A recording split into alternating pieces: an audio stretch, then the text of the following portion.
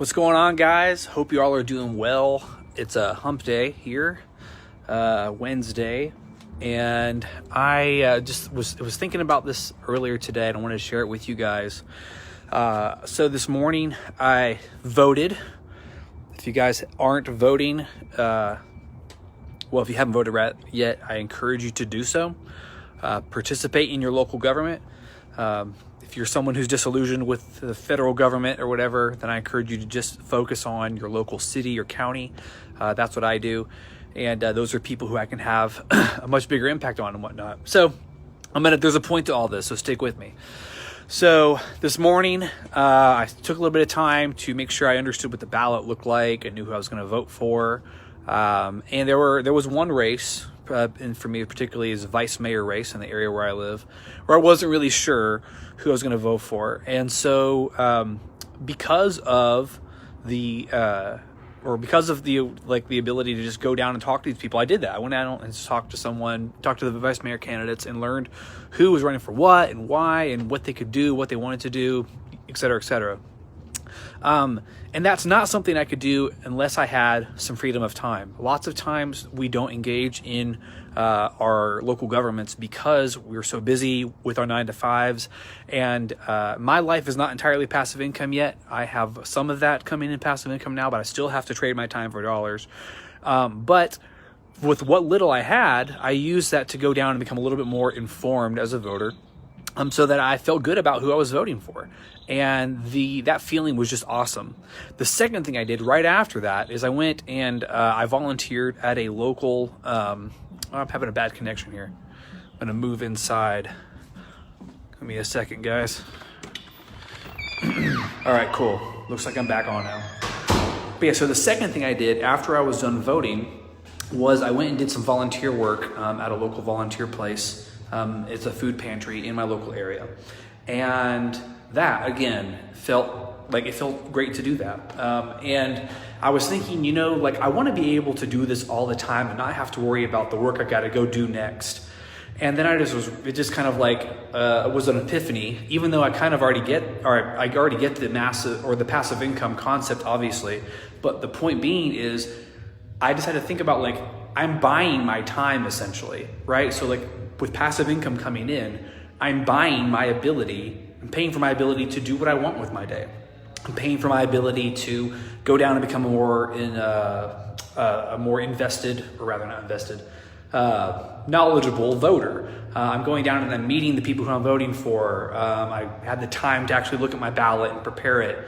I was able to go down to a food pantry and do that, volunteer there. And so those are the types of things that for me are the reason why I'm shooting for 12 houses, because 12 houses is going to make it so that I don't have to freak out about that time that I'm spending down there.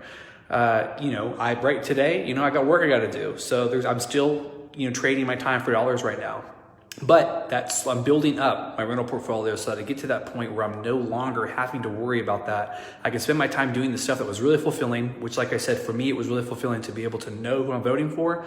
Also really fulfilling to do some volunteer work in my community. And I don't say that as a bragging thing. I say that as just what is it that you value and you think is important, and what would you like to be spending your time doing? Another thing this morning, I got to take my daughter to school, right? A lot of people don't get that opportunity because they got to leave before their kid goes to school, or the kid's got to take a bus or something like that. I got to take my daughter to school, and those are the things that I'm doing this for. Thanks, Scott. You hear me, dude.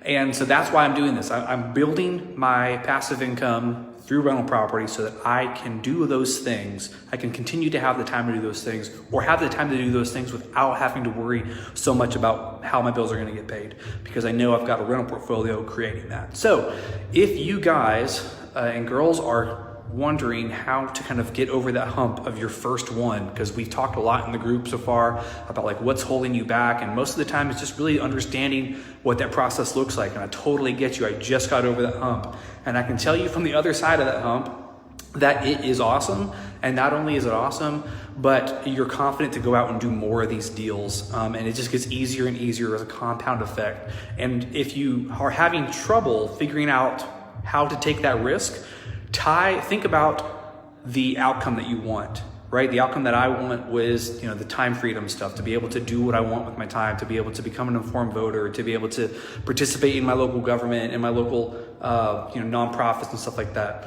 So make it emotional, right? And when you have emotion involved, you're more willing to do it. I remember when I first became a landlord, I committed to doing it, and I had to tie it to the fact, like, I'm a risk-averse person, so I get what it's like to be scared of, especially purchasing a home or whatever. But like, as a risk-averse person, I realized, it kind of clicked with me when I was like, I have to take this risk for my future, for my family. And when I made it emotional like that, then I did it, and I became a landlord. So if I can do it, I know you guys can do it too. And I'd love to hear back from you guys. What are the things that are holding you back? And if you think it's that first one, think real hard about it. What is it that you could connect emotionally with about the results that getting that first property will give for you? How can you kind of connect emotion to that decision? That way you're able to make it, because we make the decisions with the emotional part of our brain ultimately. So facts and figures and stuff like that, you can learn all day. And so many people do, they get overeducated and they never act. But once you can tie that emotion into it, then you're gonna have the passion that you need to go ahead and take that risk and make it happen for yourself. So I hope you guys are doing great today, and I hope that you are thinking about in your mind, what is it that I want? What's the reason why I'd want to invest? And then make sure that you take action on that. Hope you guys are doing well. If you have any questions, be sure to put them down here, and I'd love to talk and hear about what you guys think is your biggest block. I'd love to hear that. Put it in the comments. Thanks, guys.